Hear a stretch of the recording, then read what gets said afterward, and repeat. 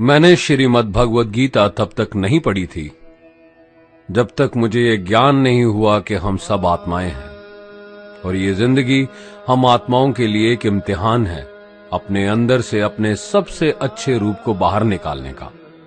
और भगवद गीता इस इम्तिहान को पास करने की एक अहम किताब। भगवद गीता के 18 अध्याय हैं और ये संस्कृत में परमात्मा द्वारा दी गई थी।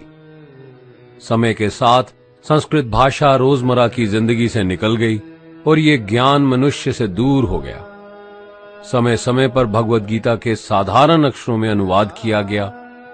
इसी कोशिश को आगे बढ़ाते हुए आने वाले 9 मिनटों में भगवद गीता के कुछ अहम हिस्सों को अपने गुरु के आशीर्वाद से एक आसान रूप में मैं अपने 7 बिलियन भाई बहनों के चरणों में समर्पित कर रहा हूं। ये ज्ञान परमात्मा ने भगवान कृष्ण के द्वारा सबसे बड़े धर्म युद्ध महाभारत की रणभूमि कुरुक्षेत्र में अर्जुन को कुछ 5000 साल पहले दिया। ये वो वक्त था जब धर्म का बार बार उल्लंघन हुआ, परमात्मा का डर मनुष्य से निकल गया। लालच की होड़ में भाई ने भाई को मारने की कोशिश की और यही नहीं, एक ब्याहता औरत को भरी सभा में अपने बड़ों के सामने अपमानित किया गया। इससे पहले कि मनुष्य जाति धर्मयुग से निकलकर पूर्ण रूप से कलयुग में जाती, युद्ध की रणभूमि में युद्ध से कुछ पहले परमात्मा ने गीता भगवान कृष्ण के द्वारा मनुष्य जाति के कल्याण के लिए दी। ऐसे ही जैसे कभी तुरा मोसेस को, गॉस्पेल जीसस को और कुरान प्रॉफिट मोहम्मद को दी।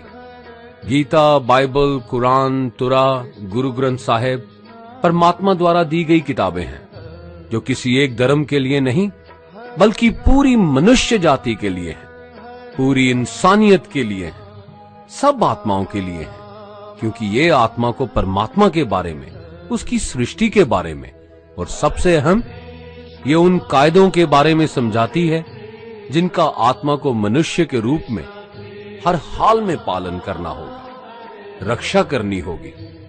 और इन्हीं कायदों की बुनियाद पे एक आत्मा को शरीर त्यागने के बाद परखा जाएगा और इस परीक्षा से पास होने पे हमेशा के लिए इस जन्म और मृत्यु से मुक्ति मिलेगी। परमात्मा भगवद गीता में कहते हैं कि मैं ही सबकी शुरुआत हूं, मैं शुरू से भी पहले था और सब खत्म होने के बाद भी रहूंगा। सब मुझ में है और मैं सब में हूं। जो भी तुम छू सकते हो, देख सकते हो, चख सकते हो या सुन सकते हो, वो सब मैं हूं।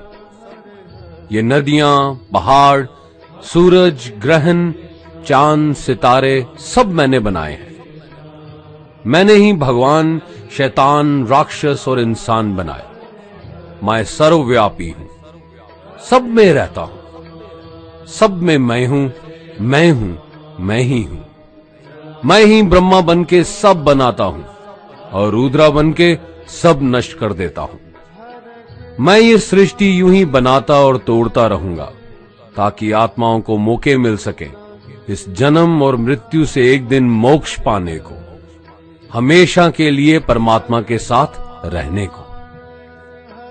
भगवद गीता कहती है कि इस सबसे बड़ी परीक्षा के लिए परमात्मा ने प्रकृति का निर्माण 5 तत्व हवा, अग्नि, जल, पृथ्वी और ईथर से किया, जिन्हें हम छू के, चख के, सूंघ के, देख के समझ सकते हैं। पर खुद परमात्मा इन 5 इंद्रियों की समझ से बाहर है। उन्हें आत्मा इन इंद्रियों से नहीं जान सकती। आत्मा 5 इंद्रियों के साथ वैसे ही है जैसे एक लोहे का रोबोट जिसे अपने बनाने वाले का कोई पता नहीं। अर्जुन को भी परमात्मा का विराट रूप देखने के लिए भगवान कृष्ण ने दिव्य नेत्र दिए। भगवद गीता समझाती है कि आत्मा अजन्मी है, इसे कोई मार नहीं सकता, कोई जला नहीं सकता, डुबा नहीं सकता, काट नहीं सकता। लेकिन आत्मा को परमात्मा के साथ हमेशा रहने के लिए ये परीक्षा रूपी जीवन में बैठना ही पड़ेगा। इस परीक्षा के लिए परमात्मा से बिछुड़ के आत्मा को पृथ्वी पे किसी न किसी रूप में जन्म लेना पड़ता है और 88 करोड़ जोनियों को जीने और भोगने के बाद एक आत्मा को मनुष्य का शरीर और दिमाग मिलता है इस सबसे बड़ी मर्यादाओं की परीक्षा में बैठने के लिए। हर मनुष्य को इस पूरी परीक्षा के दौरान तरह तरह की अच्छी और बुरी भावनाओं के चक्रव्यूह में अपने ही भाई बहन या मित्रों के साथ डाला जाता है, जिसमें हर आत्मा को अपने अंदर के तामसिक और राजसिक अवगुणों से निकल के सात्विक जीवन में प्रवेश करने के मौके मिलते हैं। हमारे तामसिक गुण वो हैं जो हमारे अंदर हीन भावना पैदा करके हमें खुद को उदास और नुकसान पहुंचाते हैं, और हमारे राजसिक गुण हमें ईर्ष्यालु और लोभी बना के दूसरों के प्रति नुकसान पहुंचा सकते हैं। इस परीक्षा के दौरान हर आत्मा को तामसिक और राजसिक गुणों को खत्म करके अपने सात्विक गुणों से परिचित होना पड़ेगा। सात्विक गुण वो हैं जो आत्मा को अपने आसपास की हर चीज से जोड़े और उन्हें प्यार करना सिखाते हैं। परीक्षा के दौरान हर आत्मा को जीवन के चारों स्तंभ धर्म, अर्थ, काम और मोक्ष का ज्ञान पाके ही मुक्ति मिलती है। यही वो द्वार हैं जिन्हें समझ के ही आत्मा परमात्मा को समझ सकती है। पहला द्वार धर्म का है और शेर इसका प्रतीक है। धर्म वही है जो गीता में लिखा हुआ है, वेदों में लिखा हुआ है, गुरु ग्रंथ साहिब, बाइबल या कुरान में लिखा है। धर्म वही है जो धारण किया हुआ है, जिसे आपका दिल मानता है, जैसे झूठ नहीं बोलना, चोरी नहीं करना, भगवान का निरादर नहीं करना, दूसरों को नुकसान नहीं देना, यही सब धर्म है। और हर आत्मा को अपने जीवन काल में हर समय धर्म का पालन करना होगा और उसकी रक्षा करनी होगी। दूसरा द्वार अर्थ का है और घोड़ा इसका प्रतीक है। हर आत्मा अपने हर जीवन काल में अपने पृथ्वी पे होने का अर्थ या मूल कारण समझेगी। इस जिंदगी में भोगने वाली चीजें और रिश्तों का आनंद लेगी। अच्छा बेटा या अच्छी बेटी, अच्छा भाई या अच्छी बहन, अच्छा पति या अच्छी पत्नी बनके हर दुनियावी रिश्ते पर खरी उतरेगी और इस परीक्षा को पास करेगी। तीसरा द्वार काम का है। भगवत गीता समझाती है कि हर मनुष्य के अंदर काम, क्रोध, लोभ, मोह, अहंकार और ईर्ष्या जैसी 6 भावनाएं हमें अपने और दूसरों के प्रति नुकसान पहुंचा सकती हैं। इन भावनाओं को हर मनुष्य को हमेशा अपने नियंत्रण में रखना होगा, क्योंकि इनके बहाव में किया हुआ कोई भी काम हमारे जीवन भर की परेशानी का कारण बन सकता है। और एक आत्मा संतोष और सादगी से इन भावनाओं पे हमेशा के लिए विजय पा सकती है। चौथा स्तंभ मोक्ष का है और हाथी इसका प्रतीक है। इस परीक्षा रूपी जीवन में हर मनुष्य हर समय कुछ इच्छाएं रखता है। कुछ इच्छाएं एक ही जन्म काल में पूरी हो जाती हैं, पर कुछ अधूरी रह जाती हैं और उनके पूरा होने के लिए आत्मा को वापस पृथ्वी पे आना पड़ता है। भगवत गीता समझाती है कि हमारी इच्छाएं ही मूल कारण हैं हमारे पृथ्वी पे वापस आने का, और अगर हम कोई भी इच्छा ना रखें तो हम इस जीवन और मृत्यु से मुक्त हो सकते हैं। ये द्वार माफी का भी है। जिन्होंने आपके साथ बुरा किया उनको माफ करके और जिनसे आपने बुरा किया उनसे माफी मांग के मुक्ति पाई जा सकती है।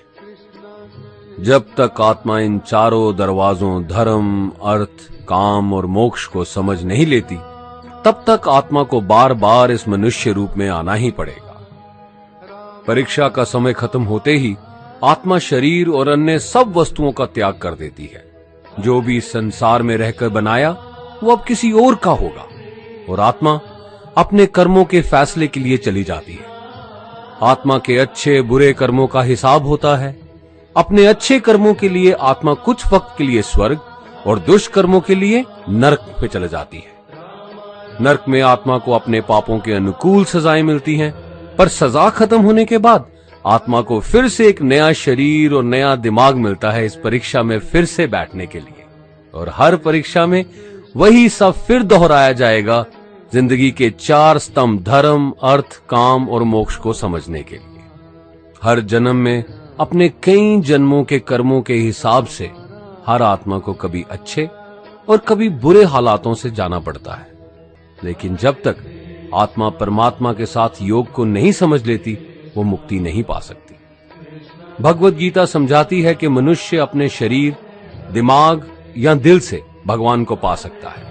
शरीर द्वारा किए कर्मों के माध्यम से परमात्मा को पाने को कर्म योग कहते हैं। ऐसे कर्म जो परमात्मा की इच्छा से हों और दूसरों के कल्याण के लिए हों।